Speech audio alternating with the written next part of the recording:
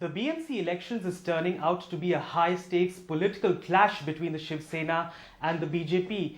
The BJP is trying to destroy the Shiv Sena bastion, which is Mumbai, an organic party to the city of Mumbai and its politics. With me is Uddhav Thackeray ji, the chief of Shiv Sena. Thank you, sir, so much for talking to us. So I want to ask you one thing, that there is this bitterness between the Shiv Sena and the BJP. Will it translate into you withdrawing support from the BJP if the outcome of this election is not favorable? अरे पहले ये चुनाव तो लड़ने दो हमें जी। सब बेताबी से क्यों इंतजार कर रहे हैं? मैं मानता हूं कि मुझसे ज्यादा आप ही लोग ज्यादा एक्साइटेड है और आप ही लोग चाहते हैं कि ये सरकार जल्दी से जल्दी चली जाए। नहीं, फिलहाल तो मैं यही कहता हूं सबको कि पूरे राज्य में नगर निगम के चुनाव होने जा रहे हैं, जिला परिषद है, और पहले तो ये चुनाव अभी 8 दिन के अंदर हो जाएंगे, उसके बाद देखेंगे ना। अभी डाइवर्ट क्यों करते हैं आप मामला? लेकिन जिस तरीके के हालात हैं, कल आपने अपने एक भाषण में कहा कि जनता चाहती है कि मिड टर्म इलेक्शन हो जाए, वो मुझे दिखाई दे रहा है। जिस तरीके से ये जो सरकार है, केंद्र की सरकार और राज्य की सरकार, खास कर केंद्र की सरकार लोगों को परेशान कर रही है। डिमोनेटाइजेशन के माध्यम से लोगों को तो बहुत ही उनका बुरा हाल कर दिया उन्होंने। रोजी रोटी चली गई है। कुछ लोग तो अपनी जान भी गंवा बैठे हैं, कुछ लोगों का मृत्यु हो गया है, कुछ लोगों ने खुदकुशी की है। बहुत सारी रोजी रोटी मतलब लोग तो बेकार हो गए हैं, आर्थिक नुकसान हुआ है। कौन भरेगा ये, और किस लिए ये आपने किया? क्या रिजल्ट मिला? आतंकवादी हमले रुकने वाले थे, रुक गए? नहीं रुके। काला धन बाहर आने वाला था, कितना धन आ गया बाहर? आपके पास हिसाब किताब नहीं है। फेक करेंसी बंद होने वाली थी, हुई नहीं हुई है। करप्शन पता नहीं। फिर आपने ये जो कुछ किया, क्या नतीजा, उसका क्या फल मिला देश को? बेकारी। क्यों किया? और आज भी लोग कतार में खड़े हैं, अपनी पसीने की कमाई अगर भरने के लिए जाए तो उसको 10 सवाल पूछे जाते हैं, विड्रॉ करने के लिए जाए तो उसको सवाल पूछा जाता है, क्या ये सारे लोग चोर है? क्या सबके पास काला धन है? तो मेरे देश में ऐसा कोई व्यक्ति नहीं जिसके पास काला धन नहीं है, या काला धन ही है सबके पास। कुछ तो क्लैरिटी होने दो ना। सबको एक नजर से आप क्यों देखते हो? और जिन लोगों ने ये तबाही लाई, उन लोगों तो वो लोग तो भाग गए, वो चाहे मल्ल्या हो या और बड़े बड़े इंडस्ट्रियलिस्ट हो। तो क्या मैं ऐसे कहूं कि जिन लोगों ने कर्जा डुबाया, बैंक को डुबाया, उन्होंने जो डुबाया हुआ कर्जा था, लोन्स थे, वो आपने इन लोगों से भरवाया? सर, बीजेपी कहती है कि डिमोनेटाइजेशन का इम्पैक्ट जो है रीजनल पार्टीज पे बहुत पड़ा है, बीएसपी पे पड़ा है, यूपी में शिवसेना पे पड़ा है, बिल्कुल पड़ा है। क्योंकि हम ऐसे ही दिल पर पत्थर रखकर देख नहीं सकते लोगों के हाल, और इसलिए रीजनल पार्टी का महत्व है, और इसीलिए लोग बदलाव चाहते हैं। रीजनल पार्टी ही ऐसी पार्टी होती है जो जिस मट्टी से वो लोग आते हैं आगे, उस मट्टी से रिश्ता रीजनल पार्टी का होता है। नेशनल पार्टी जो भी अपने आप को मानती है, उनका रिश्ता नहीं बन सकता। जो अपने लोगों के हाल में शामिल नहीं हो सकता, उनको कुछ मदद नहीं कर सकता, ऐसे लोग नहीं चाहिए मुझे। तो मैं परेशान हूं, जरूर हूं, और जो भी परेशान नहीं है वो मैं कहता हूं इंसान नहीं है। मुंबई शिवसेना का गढ़ माना जाता है, यही एक ऑर्गेनिक रूट जो है पार्टी की यही है। और तो क्या इस तरीके से जो कैंपेन चल रहा है बीजेपी का आप लोगों के खिलाफ, क्या उसमें सेंध लगाना चाहती है बीजेपी इस गढ़ में, और क्या वो सक्सेसफुल नहीं होगी? झूठ बोलकर आप शायद एक बार जीत सकते हो, बार बार नहीं जीत सकते। और इसलिए मैंने ये रिपोर्ट जो लेके बैठा हूं, हर चैनल पर मैं दिखा रहा हूं, इकोनॉमिक सर्वे ऑफ इंडिया 2016, या कॉपी अब देखो जी। जो बात बेकार की, फिजूल की बात, झूठी बात चीफ मिनिस्टर जैसा आदमी कर सकता है। मैं नहीं मान सकता कि चीफ मिनिस्टर है। एक रिस्पॉन्सिबल आदमी, व्यक्ति है चीफ मिनिस्टर, और वो खुलेआम जब झूठ कहता है तो सोचना होगा किसके हाथ में अपना राज्य और अपनी नगर निगम की जो बात है वो देनी चाहिए। जो भी बात वो कहते हैं कि ट्रांसपेरेंसी ट्रांसपेरेंसी ट्रांसपेरेंसी, आप जरा खुद ही पढ़िए। ट्रांसपेरेंसी एंड अकाउंटेबिलिटी, इसमें नंबर 1 कौन है? आप देखो, मुंबई। बराबर है। पाटना भी है इसमें, कहाँ है? देखो पाटना जी, बराबर है। और उसके बाद जितने सारे सिटीज है लिखे हुए, वो सारे के सारे बीजेपी के पास है, वो पटना के नीचे है। तो ये बड़ा झूठ आप क्यों बोल रहे हो? और इसमें लिखा है सत्यमेव जयते। तो क्या ये लोग गधे हैं क्या जिन्होंने रिपोर्ट बनाया है? हाँ, ये बेकार के लोग हैं। फिर ये क्या है, सब सारी जानकारी उसने दी है, यहाँ दी है, वहाँ दी है, क्या है ये, इतना सारा स्टडी किया हुआ है उन्होंने। देखो ना, हर पेज पे कुछ ना कुछ लिखा है उन्होंने। हाँ, जी, वो कहते हैं इस डिफेंस में कि ये सेंटर का एक असेसमेंट है, तो और सेंटर सेंट्रल का की जो स्कीम्स है उसका असेसमेंट है, उसके आधार तो पर भी ट्रांसपेरेंसी। तो भी ट्रांसपेरेंसी और अकाउंटेबिलिटी का दूसरा अर्थ मुझे बताओ क्या है। जी। मतलब क्या है, ट्रांसपेरेंसी एंड अकाउंटेबिलिटी एक साथ है, दो वर्ड, वो उसका मतलब मुझे समझाइए। तो फडणवीस जी झूठे हैं, वो खुद ही बोल रहे हैं वो। नहीं, अगर जी चलो ये भी बात छोड़ो, ये सच बात है, इसको भी आप नकारो, ठीक है। आप कौन से नजर से मुंबई और पटना की बराबरी करते हो, बताओ। और दूसरी बात, ये पटना का भी अपमान तो ही है, लेकिन ये पूरे सर्वे में जहां से फडणवीस जी आए हैं वो नागपुर का जिक्र नहीं है। नागपुर तो मेरी उपराजधानी है, तो शर्म आनी चाहिए कि जहां से आप आए उसका नाम भी नहीं है।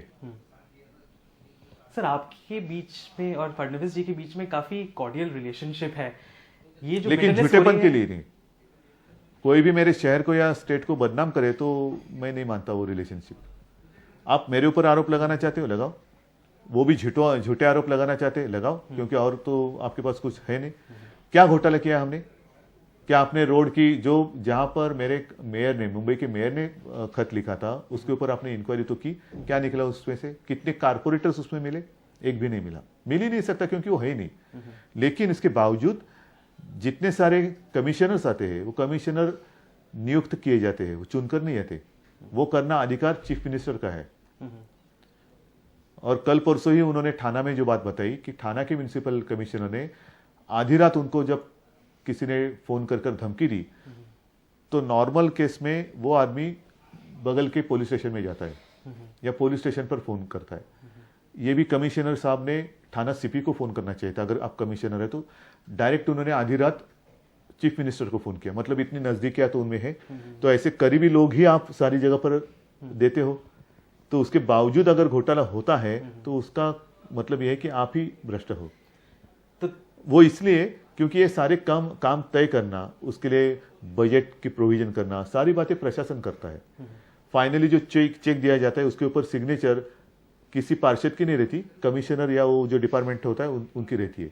और वो डिपार्टमेंट सारे लोग देना उनका काम है, मेरा नहीं। तो क्या बीजेपी ने इन शिवसेना रंग कॉर्पोरेशंस को बिल्कुल ब्यूरोक्रेसी के जरिए पैरालाइज कर दिया था, इसलिए आप लोग परफॉर्म नहीं कर पा रहे थे? नहीं, परफॉर्म किया ना मैंने। मैं तो कहता हूं मैंने किया है, उसके बावजूद भी हमने किया है। और वो इसलिए क्योंकि मैं मानता हूं कि जितने सारे लोग आए हुए हैं वो काम करने वाले लोग हैं, उसमें करप्शन हुआ नहीं है, यही तो मैं कहने की कोशिश कर रहा हूं। और चीफ मिनिस्टर इसके बावजूद अगर कहते हैं कि करप्शन हुआ है तो उसके लिए वो खुद जिम्मेदार है। कमिश्नर आपके, फिर अगर करप्शन हुआ है तो जिम्मेदार है ही, क्योंकि कमिश्नर सारे उन्हें ने दिए हुए हैं। असिस्टेंट कमिश्नर, एडिशनल कमिश्नर, सारे कमिश्नर कहां से आए लोग, कौन से गांव से आए, सब निकालो। क्या आप जाकर, ये चुनाव जब खत्म हो जाएगा उसके बाद क्या आप उत्तर प्रदेश में जाएंगे? शिवसेना उत्तर मैं प्रदेश जाना में चाहता कैंपेन- हूं, मैं जाना चाहता हूं, बिल्कुल जाना चाहता हूं, उत्तर प्रदेश में जाना चाहता हूं। हालांकि जनवरी में भी जाना चाहता था लेकिन नहीं जा सका, गोवा में जाना पड़ा मुझे। गोवा के इलेक्शन आ रहे थे, चुनाव लड़ रहे थे गोवा में। तो उत्तर प्रदेश में मैं जाना तो जरूर चाहता हूं, गंगा आरती भी करना चाहता हूं, अयोध्या भी जाना चाहता हूं। और अब तो हम वहाँ चुनाव लड़ रहे हैं बहुत सालों के बाद। अब तक तो हमने वो महाराष्ट्र के बाहर के सारे राज्य बीजेपी के लिए छोड़ दिए थे, लेकिन फिलहाल आज आप देख रहे हो कि जहां जहां से हमें बुलावा आ रहा है, जहां से हमारे लोग लड़ने के लिए तैयार है, हम उनको लड़ने के लिए इजाजत दे रहे हैं। तो नतीजों के बाद हम उद्धव जी को वहां पे देख सकते हैं उत्तर प्रदेश के अंदर? बिल्कुल बिल्कुल देखेंगे आप, मैं जाऊंगा।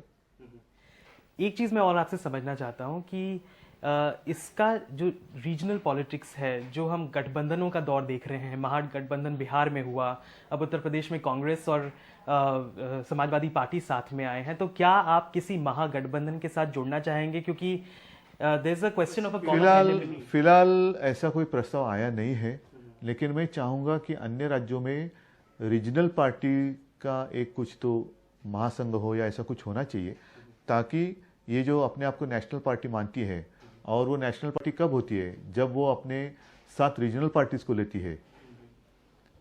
उनका कोई स्थान नहीं रहता है, स्थान प्राप्त करने के लिए रीजनल पार्टी का इस्तेमाल करते हैं और बाद में नेशनल पार्टी बन जाती है। तो उनको काबू में रखने के लिए रीजनल पार्टी को इकट्ठा एक साथ आना होगा और देखेंगे कब शुरुआत होगी। प्रधानमंत्री पर आप सीधा निशाना साध रहे हैं अपनी रैलीज के अंदर, रेनकोट वाला आपका बयान था, तो क्या अब ये रिलेशनशिप जो है बिल्कुल नहीं, खत्म देखो होती नजर आ रही है? रेनकोट वाला जो मेरा बयान था वो इसलिए था, मैं मानता हूं कि थोड़ी एक सभ्यता होनी चाहिए। जब उर्जित पटेल जी को कमेटी के सामने बुलाया गया डीमोनेटाइजेशन के बारे में, पहले तो मनमोहन जी ने उसके खिलाफ तो अपना जो बयान है या जो भी कुछ स्पीच है वो दिया है फ्लोर पे। उर्जित पटेल जी को जब बुलाया गया और उनको सारे सवाल पूछे गए तो मनमोहन जी उसका मजा ले सकते थे, लेकिन मनमोहन जी ने कहा कि नहीं, रिजर्व बैंक के गवर्नर ये सारे जो प्रश्न है उसके उत्तर देने के लिए उनको कोई ऐसा बंधन नहीं है, तो ऐसे सवाल उनको मत पूछो। तो क्या मैं ये ऐसे समझूं, मान लूं कि उन्होंने मनमोहन जी ने अपना रेनकोट तब उर्जित जी को पहनाया, और अगर वो नहीं पहनाते तो उर्जित जी क्या पूरी तरह से भीग नहीं जाते?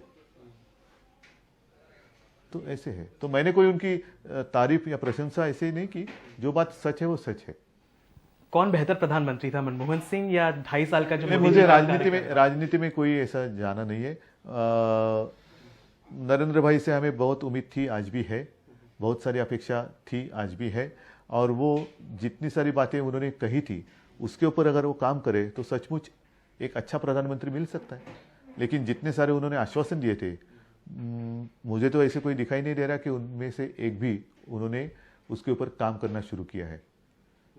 स्विस बैंक से काला धन लाने वाले थे, कॉमन सिविल कोड बनाने वाले थे, पाकिस्तान को सबक सिखाने वाले थे, राम मंदिर बनाने वाले थे, बहुत सारी रोजी रोटी या वो उसका निर्माण करने वाले थे। आज तो लोग बेकार हो रहे हैं। आपने जिस दिन इस बात का ऐलान किया कि आगे जाके अब कभी भी बीजेपी के साथ कहीं भी कोई गठबंधन नहीं करेंगे आने वाले समय में, तो उसका एक मतलब ये भी लोग निकाल रहे थे कि अब जैसे ही चुनाव खत्म होगा, अगर कोई एडवर्स रिजल्ट आया तो शिवसेना सपोर्ट विड्रॉ करेगी, वो एक इवेंचुअलिटी है। नहीं, उसके ऊपर उसके लिए कोई नतीजों की आवश्यकता नहीं है। पार्टी होती है। मैंने कहा कि मैं एक नई शुरुआत कर रहा हूं और मैंने नई शुरुआत की है, तो इसके आगे तो मैं गठबंधन नहीं करूंगा। जहां 2 जगह पर मेरे गठबंधन है, चुनाव के बाद देखूंगा मैं। सर, मैं आंकड़े देख रहा था, 1997 में 103 कॉर्पोरेटर्स थे, 2012 में घट के 75 साल हो गए, 75 कॉर्पोरेटर्स हो गए, माफ करिएगा।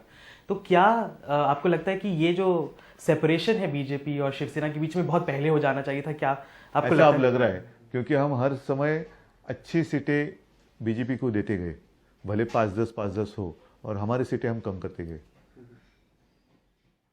Thank you, sir, so much for talking to us. I know you have hectic campaigning to do. Thank you for taking the time out. This was Shiv Sena Chief Uddhav Thackeray telling us that he is going to go to Uttar Pradesh to campaign against the BJP. He has fielded candidates over there. And also the decision to whether continue the alliance with the BJP and whether to prop them up in Maharashtra will be taken after the results of the BMC elections and even the Uttar Pradesh elections.